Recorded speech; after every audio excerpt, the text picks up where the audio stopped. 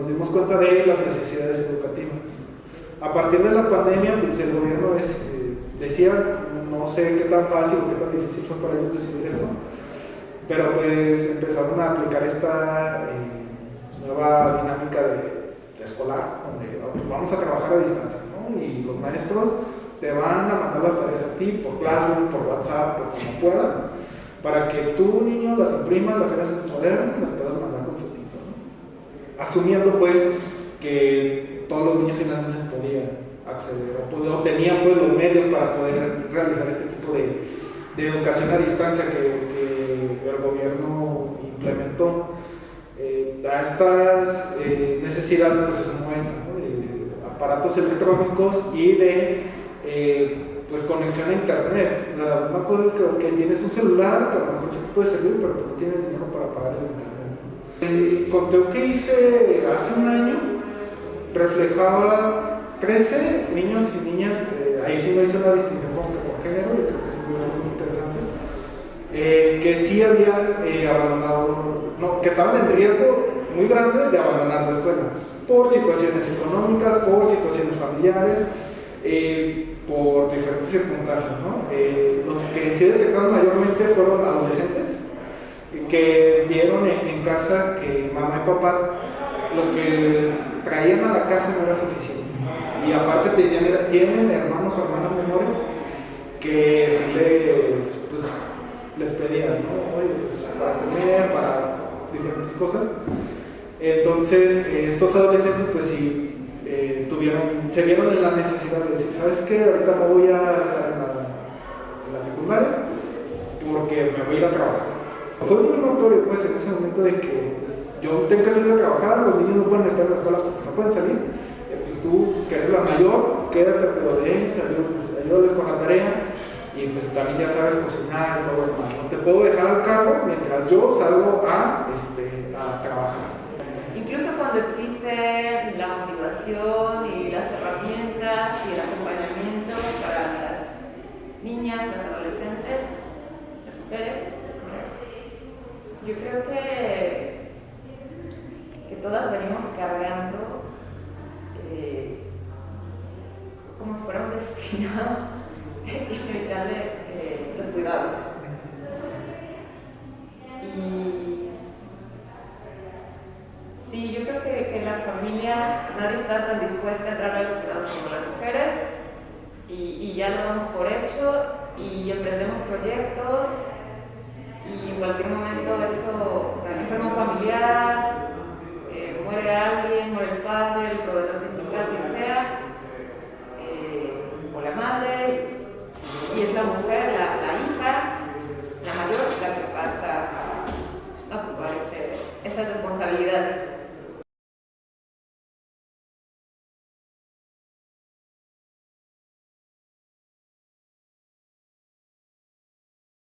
Y bueno, pues esto fue directamente en las mujeres, hablando precisamente de las dobles jornadas laborales, que no solamente se quedaron, muchas de las mujeres en México sabemos que hay otra brecha de desigualdad, que están en la informalidad.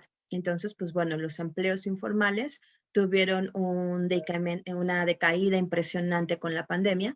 Y pues bueno, las mujeres se quedaron en casa, lo que fue incrementar pues, las labores domésticas, las labores de cuidado y tener que buscar otras opciones de ingresos, ¿no? Y pues en el caso de las niñas, estas labores de cuidado también se vieron identificadas en ellas, ¿sabes? Y esto tiene que ver con los constructos sociales, con estos estigmas y estereotipos por razones de género. Por el simple hecho de nacer mujer, se nos designan algunos roles específicos que tendríamos que llevar a cabo las mujeres y las niñas, ¿no? Como los cuidados de nuestros hermanos o nuestras hermanas más pequeñas. ¿Y esto en qué impactó? Pues bueno, impactó en muchos aspectos. Primeramente, en su derecho a un desarrollo integral igualitario, ¿no? Donde se asumieron roles y estereotipos de género que llevaban a una desigualdad y a un cuidado de los otros, cuando su desarrollo humano y sus derechos estarían alineados a disfrutar de su niñez y su adolescencia. Y esto no fue así.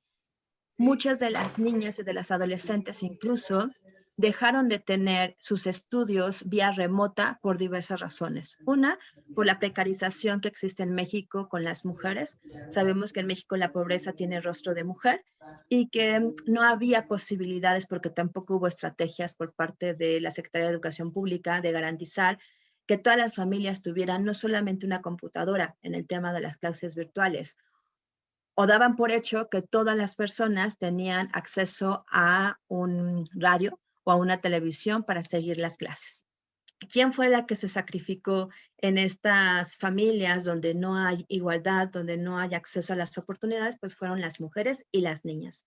Entonces, las niñas, las adolescentes, las niñas incluso de primaria, pues cedían su tiempo en la computadora, en la televisión, porque además pues es una tele, es una computadora, y a veces el horario de un nivel escolar y otro eran exactamente los mismos, ¿no? Entonces demandaba que hubiese pues más de una televisión, más de un radio o más de una computadora en casa, lo cual en un país como México realmente es imposible, ¿no? Y entonces, pues bueno, lo que vimos fue que efectivamente ahí las niñas, además de tener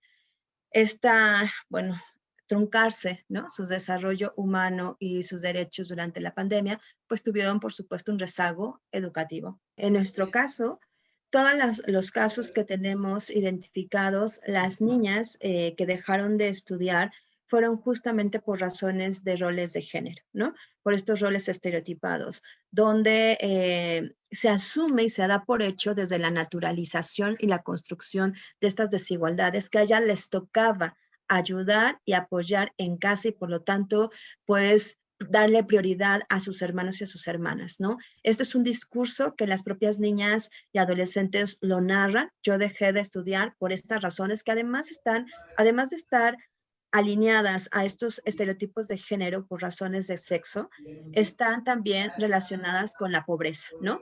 Por la precarización y con el impacto económico que tuvo la pandemia. Muchas madres, muchos padres, muchas familias salían a buscar recursos, salían a comprar, a hacer las compras, mientras sus hijos e hijas se quedaban en casa. ¿Quién se quedaba al cuidado de esos niños y esas niñas, no? Generalmente el rol que asume es, pues bueno, la hija mayor. Son perpetuados y son justificados por quien gobierna el país, ¿no? O sea, escuchamos que pues México tenía un gran número de enfermeras. Las mujeres nos encanta cuidar a los demás, como si fuera una gracia y nuevamente invisibilizando el importante aporte que tienen las labores de cuidado y domésticas que no son remuneradas, ¿no? Entonces, imagínate, si tenemos ese mensaje, pues dentro de las familias eso se reproduce, ¿no? Y se da por hecho que tendría que ser. Desde mi punto de vista es cuestionable con la Secretaría de Educación Pública y del gobierno federal en general, es que si recuerdas, se hicieron llamadas, ¿no? Porque pues, la pandemia se cruzó con tiempos electorales. Por lo menos en Ciudad de México se hacían llamadas telefónicas para preguntar por qué partido ibas a votar, ¿no? Pero jamás hicieron llamadas para preguntar si alguien en la familia estaba en situación de riesgo, si alguien en la familia vivía una situación de violencia, si algún niño o niña sí estaba realmente acudiendo a la escuela.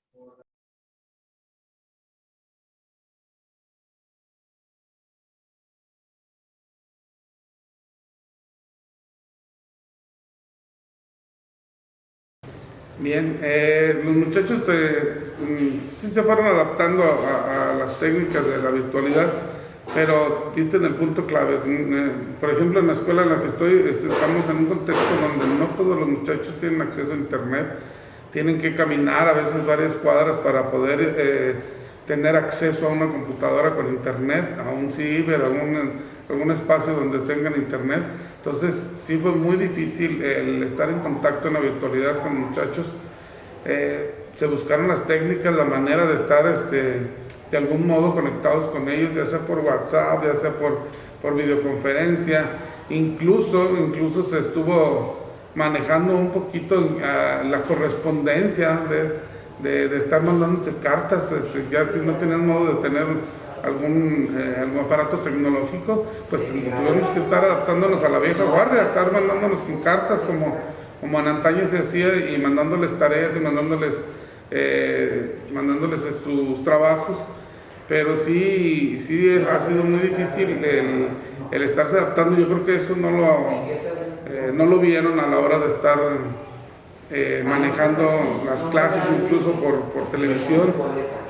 Yo creo que no piensan, pero sí hay todavía gente que no tiene televisión, entonces mucho menos el acceso a una computadora con internet. Entonces tuvimos que adaptar técnicas para poder llegar a todos esos alumnos que no tenían el modo de tener una computadora con internet, un teléfono con WhatsApp, etcétera, etcétera. Entonces tuvimos que estar adaptando técnicas para poder llegar a todo ese tipo de muchachos que no podía conectarse. De hecho, creció la deserción. Debido a esta pandemia, muchos de los muchachos, precisamente a veces por no tener el acceso a tener un aparato tecnológico, meterse a las clases virtuales, tuvieron la necesidad de meterse a trabajar. Entonces, muchos de los casos de que ya no regresaron es porque como ya al estar trabajando a veces se sentían insuficientes, de que ya, o en su familia ya ese dinero que estaban cooperando dentro de la familia les estaba haciendo falta, entonces ya no regresaron a la escuela. Entonces creo que en esta pandemia aumentó la deserción debido a que muchos de los muchachos tuvieron que estar trabajando y entonces eso les llevó a no regresar a la escuela. Entonces sí fue parte del proceso de deserción, el no estar conectados con la escuela, el no estar presenciales. Hubo mucha discrepancia entre si voy a trabajar o voy a estudiar.